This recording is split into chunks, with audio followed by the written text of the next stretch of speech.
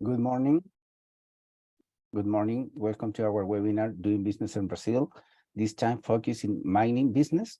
The speakers today will be Mr. Frederico Beltrán Oliveira. He's a lawyer and geologist from Brazil.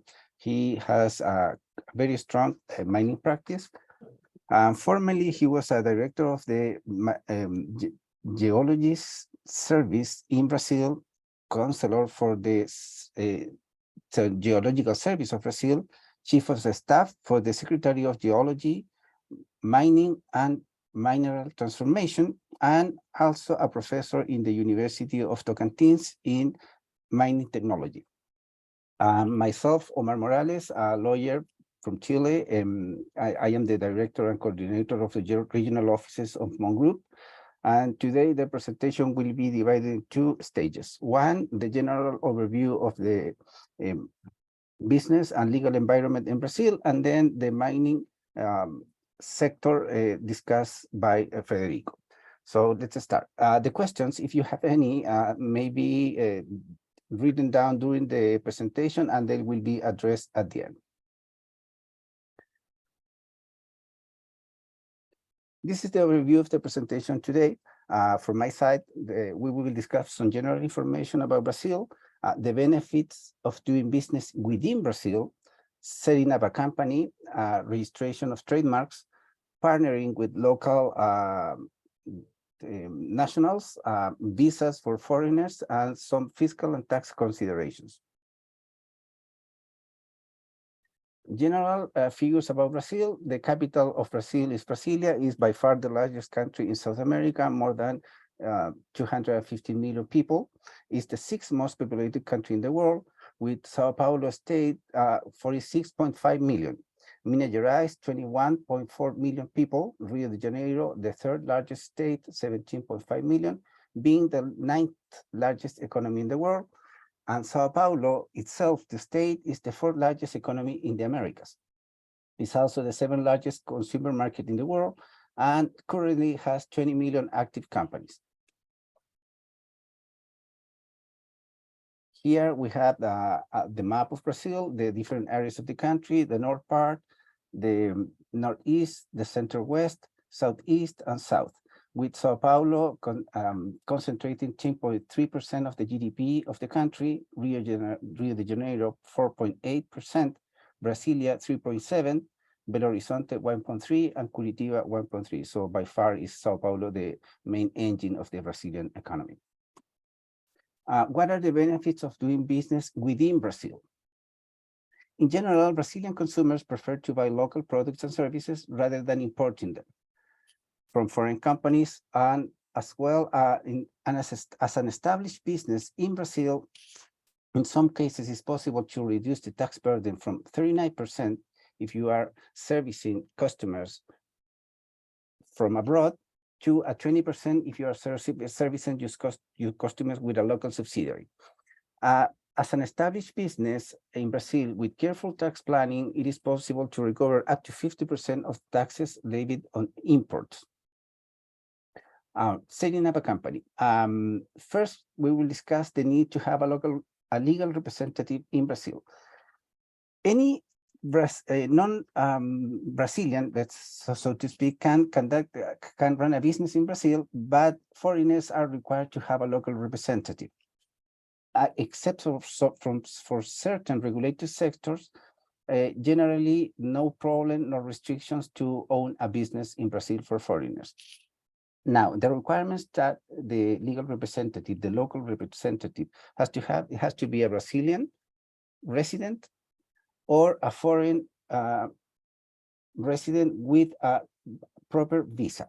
So you need to have the fulfill the immigration requirements in order to be a legal representative of a foreign company or individual in Brazil, which is more or less similar for all countries in South America.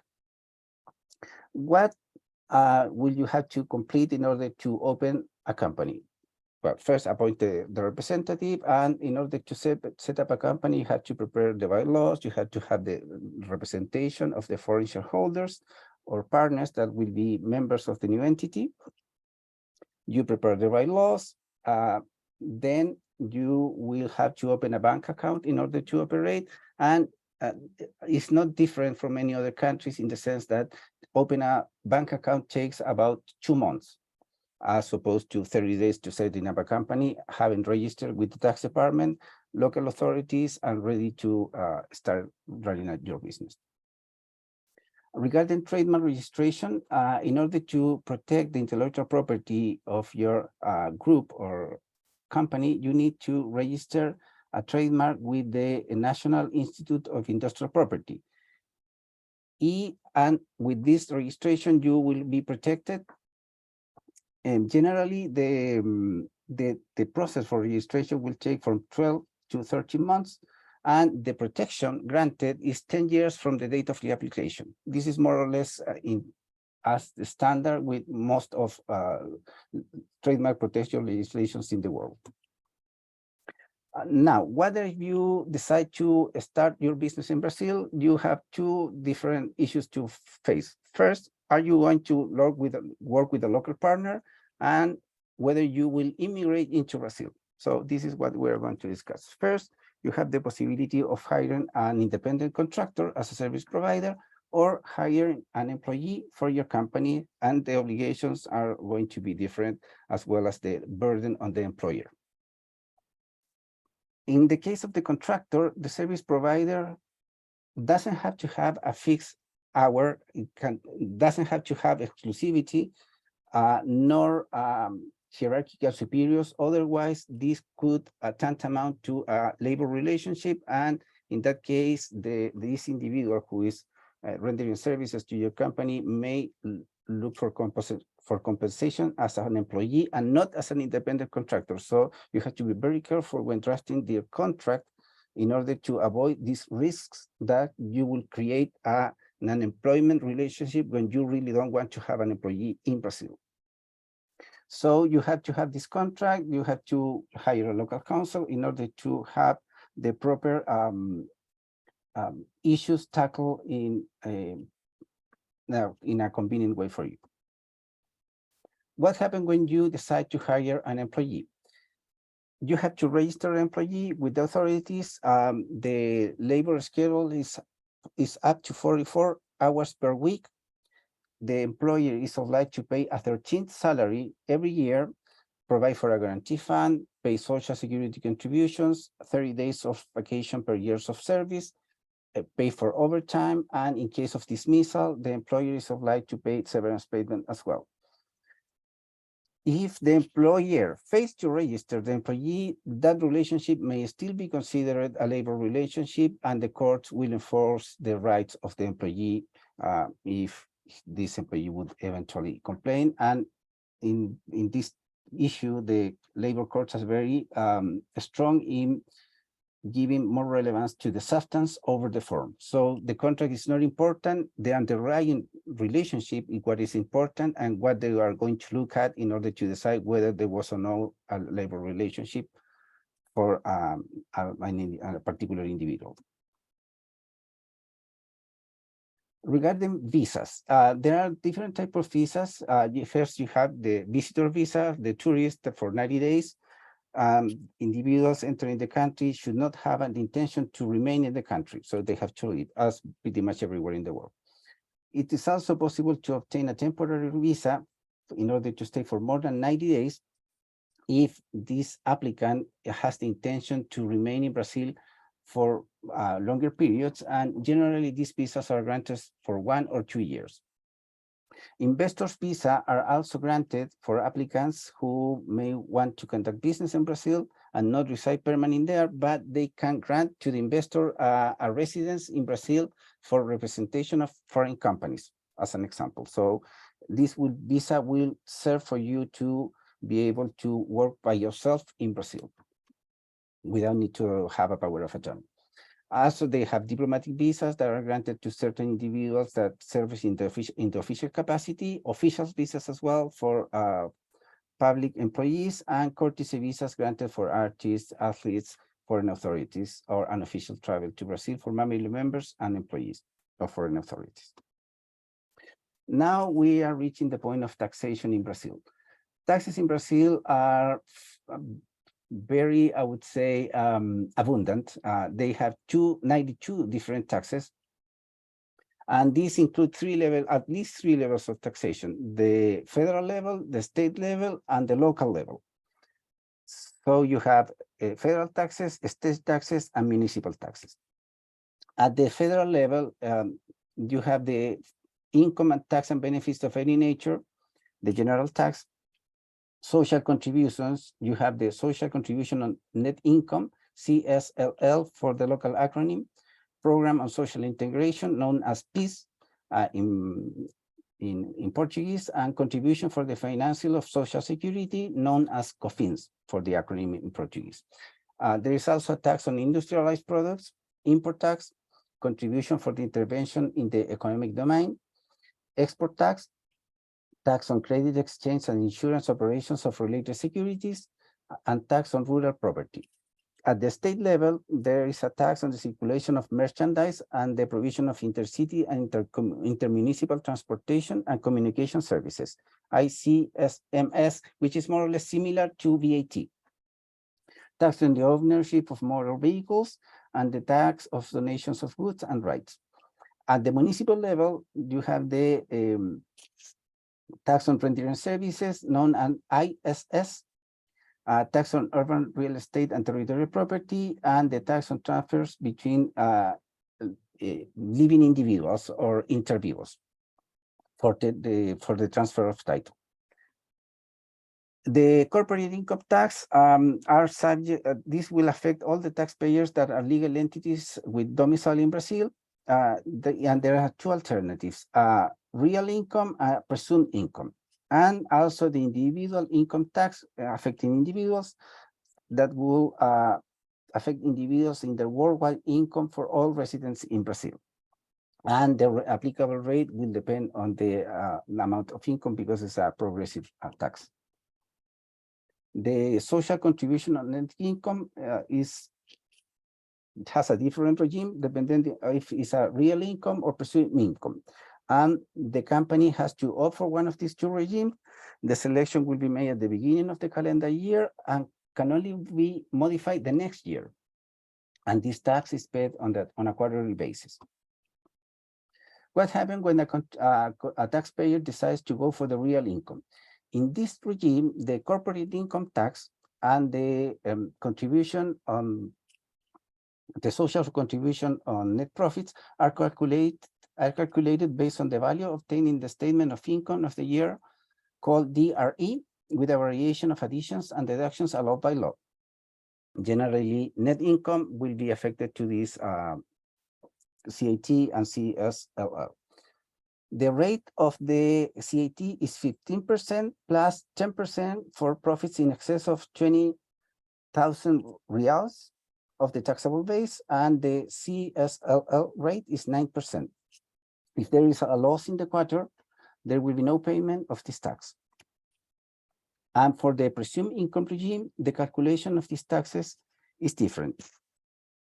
In this case, you have to segregate information for each operation, since each has its own presumption rate. For industry and commerce, there is a 8% presumption of income, and for services, this rate is 32%.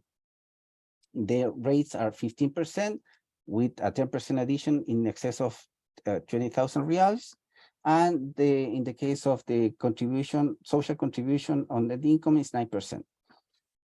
And if there is a loss, since this tax is based on presumed income, the taxpayer will have to still pay the tax. That's a critical difference.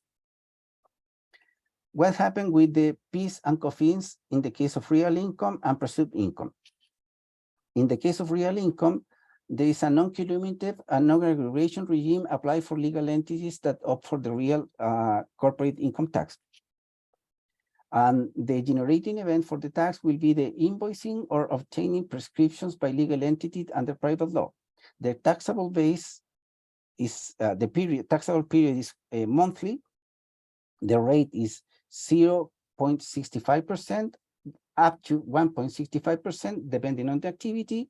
And the COFINS rate goes from 3% to 7.6%, also depending on the activity.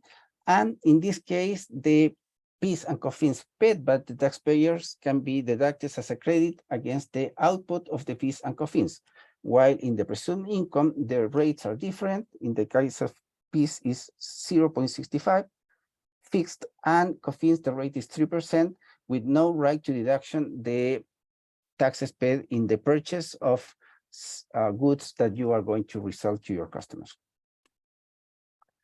The tax on the movement of goods and services, which is at the state level, each state in Brazil is sovereign to establish certain taxes.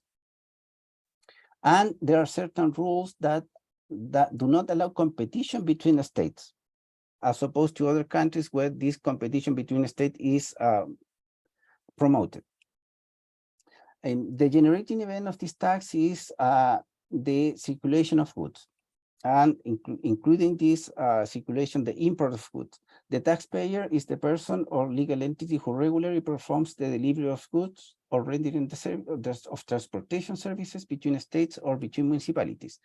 The taxable base is the gross income from the sale of merchandise, less unconditional returns and discounts.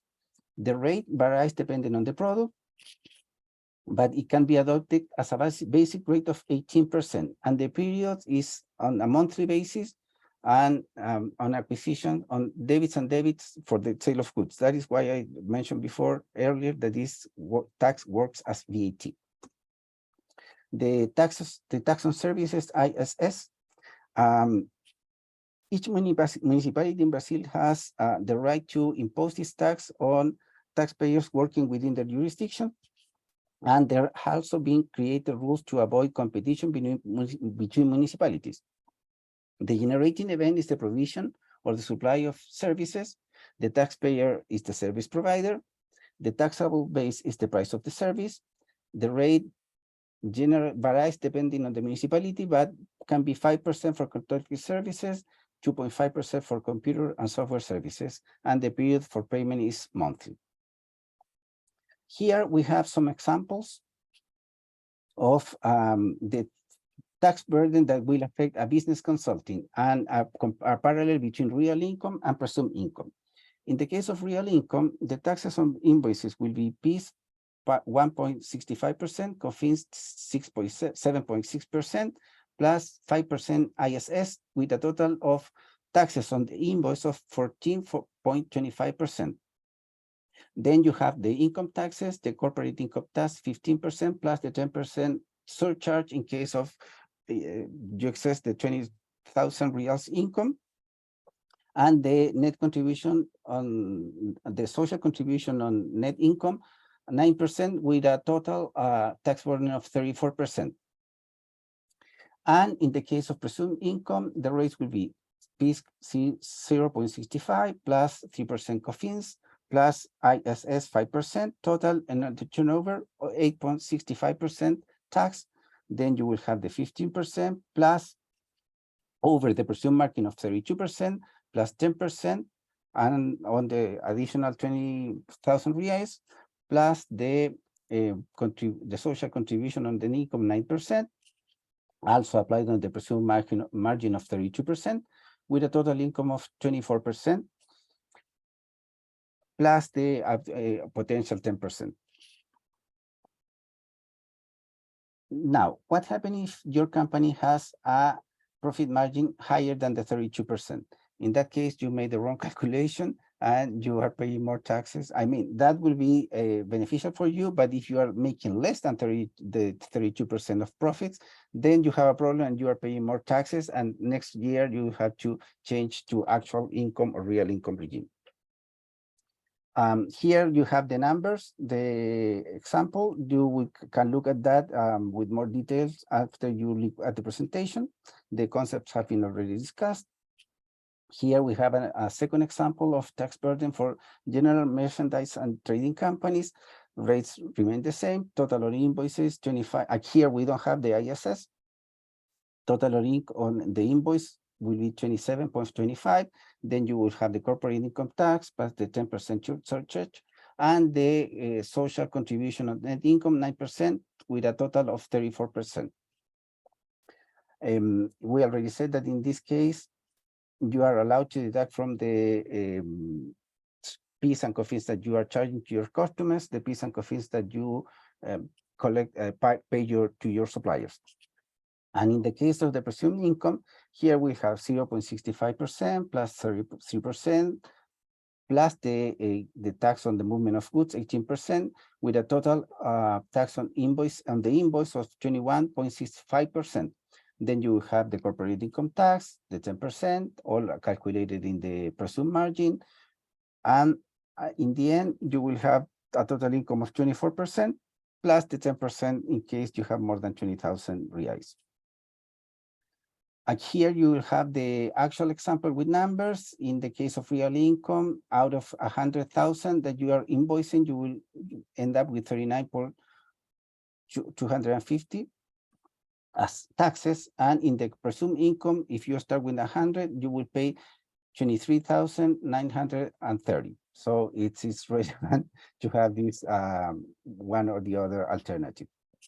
In the case of rental of equipment and machinery, then again, the distinction between real income and presumed income, the taxes on the invoice are PIS, COFINS with a total of 9.5%. And then you have income taxes, 15% plus the 10% to charge, plus the 9% of social contribution with a total burden of 34%. And in the case of the presumed income, you will have the 0.65% PIS, 3% COFIN, with a 3.65% total taxes on the invoice, then 15%, 10%, 9%, with a total income of 24%, plus the additional 10% if that was the case. In here, we have the results with numbers. In the case of real income, the taxes paid will be 25 to 250. And in the case of presumed income, on 1,130, basically half of that. With these three examples, I finished my presentation, and now we'll give the floor to Federico. Thank you.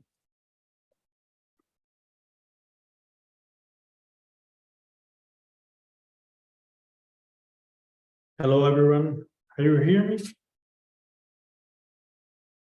Yes, so, clear. Okay, I will share my screen just a minute, please.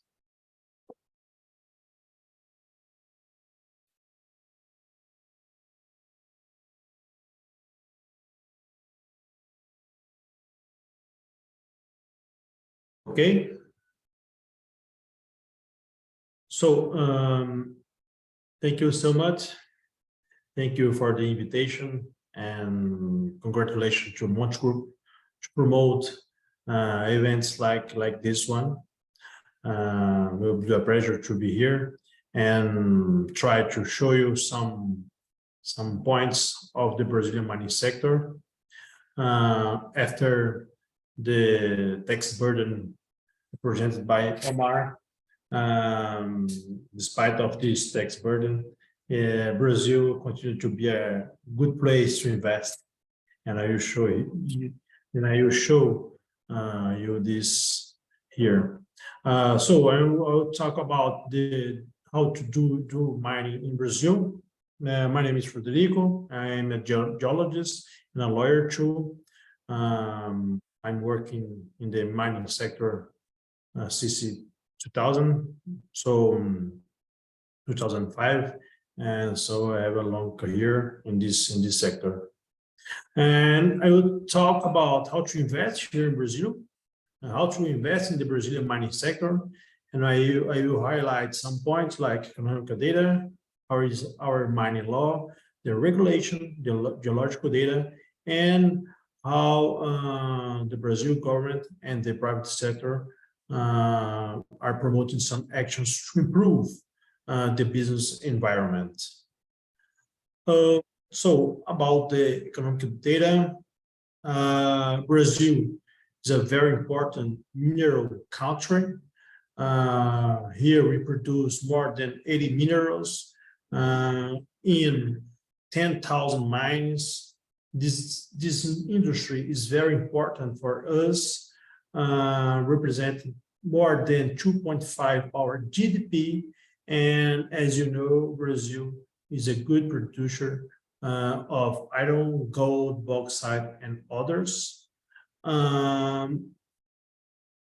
But not only iron and gold, but Brazil is very important as a global player of niobium and graphite too, and we are in production or developing some products looking the critical minerals like lithium, like hard earth elements, like copper, nickel, and others. So Brazil is an important player for the critical minerals around the world in the Americas.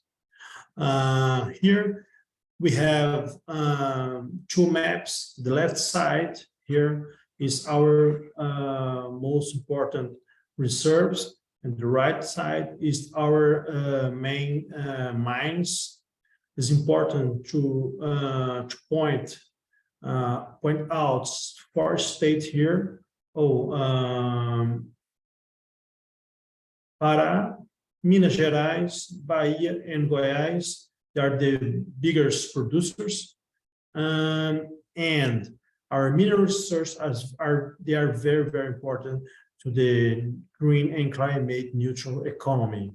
As you can see here, we are producing here lithium, we are producing copper, we are producing manganese, we are producing bauxite, and produce so many products to this new economy, to this new technology like wind and solar and batteries too. For example, in the next 4 years, we will the private sector. They give some information that they will invest more than $50 billion in Brazil just in the mining sector. So this is very, very important sector for our economy, as I said. Our mining law. How is the mining law, the Brazilian mining law? In Brazil, all of the resource, the mineral resource, they are property of the Union. So the owner of the land, he's not the owner of the mineral resource. And just the Union, the federal government, can legislate on mineral resource and geology. About our mining code is our law that regulates our sector.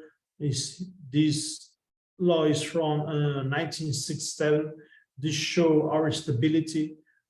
This show how important was this law that has the regulation and technical procedure to exploration and exportation here in Brazil. So the mineral resources in Brazil, they may only be exported and exploited under the authorization of the concession of the federal government by a Brazilian person or by a company incorporated under the Brazilian law. This is a very important point. Any exploration or mineral right concessions may not be signed or transferred without federal government consent, and all of these activities, they need to restore the environment. Here we have the four most important ways to do this activity. I will point out here the authorization and concession. The authorization, they are important license to exploration, the concession to extraction and production. The ANM is our national mining agency. This institution is responsible to issue this authorization for exploration, and the ANM is the National Mining Agency, and the MME is the Ministry of Mines and Energy. They are responsible to issue the concession for extraction and production. And about the environmental issues, all of the spheres, all of are important and responsible for this. The federal government, the state, and the municipalities. Following on our Brazilian mining code about the authorization, here in Brazil is like other companies based on the first come first served, is the first people who ask for this tenement will receive this. They have a term 1 to 3 years, but they can be extended by equal period, and has different areas. For example, in the Amazon region, they can be 10,000 hectares, and has some obligations like payment of the annual fee, payment of revenue and compensation for the landowner, and report all of the results of the work to the National Mining Agency. About the concessions, they are, as I said, they are issued by the Ministry of Mines and Energy and by the National Mining Agency. We have to prove and show for the National Mining Agency the economic feasibility and the technical feasibility, and the concession are valid up to the depletion of the mineral deposit, so you don't have a specific term of to this. The requirement is the approval of this report, the technical report, the technical project, and the environmental license. And the obligations is according to the mining. You have to operate according to the mining plan that was approved by the National Mining Agency. You need the environmental license and authorizations to explore, of course. We have to, you have to restore the degraded areas and report every year your research, your results and production and revenue and other informations. For example, it's important to show you here our royalties. The name of our royalties is the Financial Compensation for Mineral Exploration, CFEM in Portuguese. So you can 1% to 3.5%. Iron ore is 3.5%, but the majority of the minerals are 2%, like copper, for example, and nickel and others. This is our royalties, and the landholders they will receive a minimum of 50% of these royalties. So it's important to know the structure of our federal government, responsible for the legislation, responsible to management, and responsible to develop the geological mapping here in Brazil. So we have the Ministry of Mines and Energy, as I don't know if I mentioned, but I worked there for the last 15 years as the Secretary of Geology and Mineral and Mining and Mineral Transformation. You have the National Mining Agency. I worked at the National Mining Agency too in the beginning of my career, and we have the Geological Survey of Brazil. The next slide, I will talk a little more about these institutions. About the National Mining Agency, is an institution responsible for the management of the mining rights here in Brazil. I would just highlight some important points of this agency and some important systems that you can show, you can monitor the mining rights. For example, the Cadastro Mineiro, you have some information, some are public information about some specific projects, and Sigmine provides some up-to-date information on the areas of active mining process. For example, if you are a people who not own a mining company, but you produce or have equipments you can use this system to filter some information for your about your clients, for example. And the A&M, they are promoting digital transformation. Some electronic auctioning of areas, they are doing this now. The digital filling systems, so the process, they are digital now, and now is more easy to manage this mining process. Now I will talk a little more about the CPRM. CPRM is our geological survey, the institutional responsible for the geological mapping of Brazil. Here in this map, you have the most important mineral province, and it's important to highlight here two provinces. One of them is Carajás, here in the Pará state, the most important mineral province here in Brazil, with iron, copper, nickel, and other minerals, and the Quadrilátero Ferrífero in Minas Gerais, a very, very important too, producer of iron ore and gold and other minerals. And here we have some mineral deposit types. All of this information, they are free on the website of the CPRM. Just for example, we have the information about geological mapping. In Brazil, we have more than 40% of the Brazil covered by geological mapping in this scale, 1 to 250,000.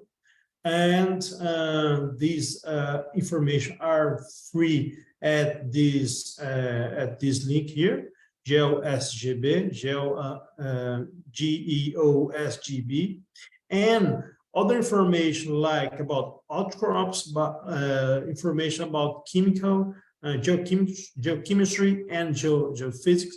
They are free on this link here. So all of the information, the mining companies, they can use this. Just to know that in Brazil, 9% of the crystalline areas, 95% of the crystalline areas are covered by a good information of geophysics. CPRM, our geological survey, they are working on critical and strategic minerals. As I mentioned in the beginning of this presentation, copper, lithium, uranium, cobalt, and rare earth elements. They are our geological survey are studying more these minerals and putting this information free for the companies and for the societies. So, and based on this information, how we are improving our business environment to attract more investment and to open the Brazilian sector for other companies, for not only companies from China, from Australia, Canada, and London, but so many companies from Peru, from Chile, and others in the United States. So our market is totally open. It's a private sector, and we are open for these new investors. Brazil is very situated in the energy transition. Why? So many actions are carried out by the public and private sector to accelerate the energy transition. It's important to highlight the ecological transition plan is very, very recently, in the last 3 years or the last week, the Ministry of Economy, they launched this this plan. Is a good revolution in our country, and they stood of the critical minerals are inside of this plan too.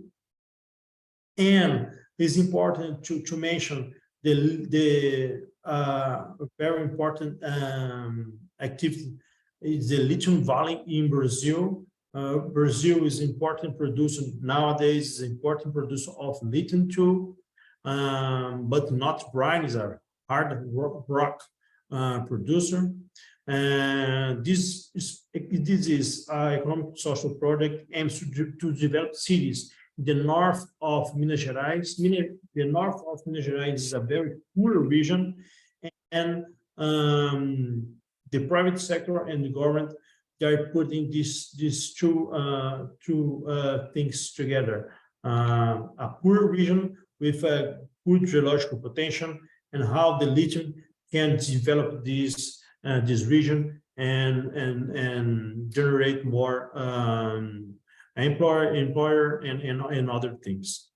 So not only about the potential for critical minerals, but Brazil is up front of the other countries because we have a renewable electric power matrix. So we have two important things here in Brazil. We have critical minerals, and we can produce these critical minerals using renewable energy. Just to show you, here's an important map of all of occurrence of critical minerals. These minerals important for this neutral economy. And I am just showing you the lithium valley. Lithium Valley is the north of this state here, the Minas Gerais. That's an important region to produce and explore lithium in Brazil. Here in Brazil, we are using now the certification and reserves the same way of the other countries, the national standard. This is very, very important because the technical reports you can use by the investor, they can use by the banks and the exchange too. So in Brazil, we have the CBRR, this is Brazilian Research and Research Commission. They are linked of the CRISCO. This is a very important initiative here in Brazil.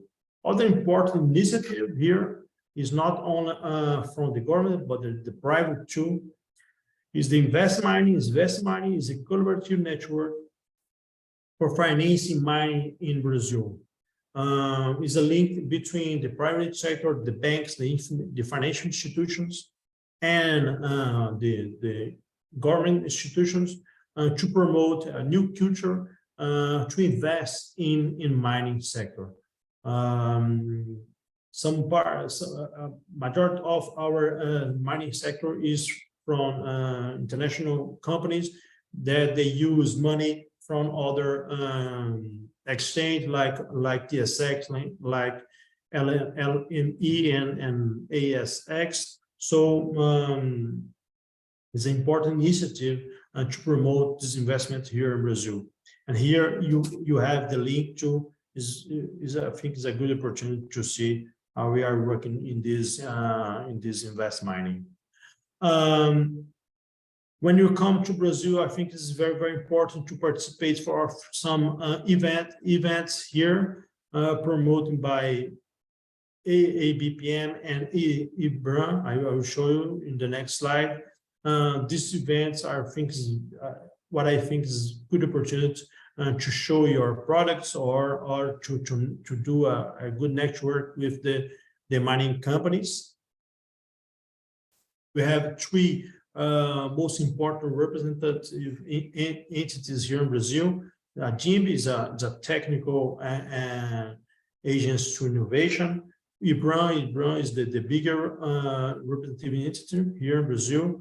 And the ABPM, they represent the medium and small companies here. Doing mining in Brazil, I think, is a very good opportunity because we have a large territory. As Omar said to you, we are the economy, a good market, general market consumer, and we have recognized geological potential, big investment in infrastructure, qualified labor, and legal certainty and respect for contracts. As I said, a major producer of renewable energy, because the world, the society, the international society are asking for critical minerals for the green revolution, but they want that these minerals, they have to be produced by a renewable energy too. And in Brazil, this is possible and important for us. And our geological potential, as I mentioned. So I'd like just in this last few minutes, just talk a little more about Caputo Bassi Serra. I am the lawyer of the Caputo Bassi Serra. We are based in Brasilia, but we have other offices in Brazil, in São Paulo, Recife, in Goiânia. Today I'm in Goiânia, and we have a very good team with huge expertise. I would like to mention Alexandre Vidigal is my partner. He is a retired judge, but he's the former Secretary of Geology and Mining and Mineral Transformation. So he was the Deputy Minister of Minings during the last, I think, was between 2019 2021.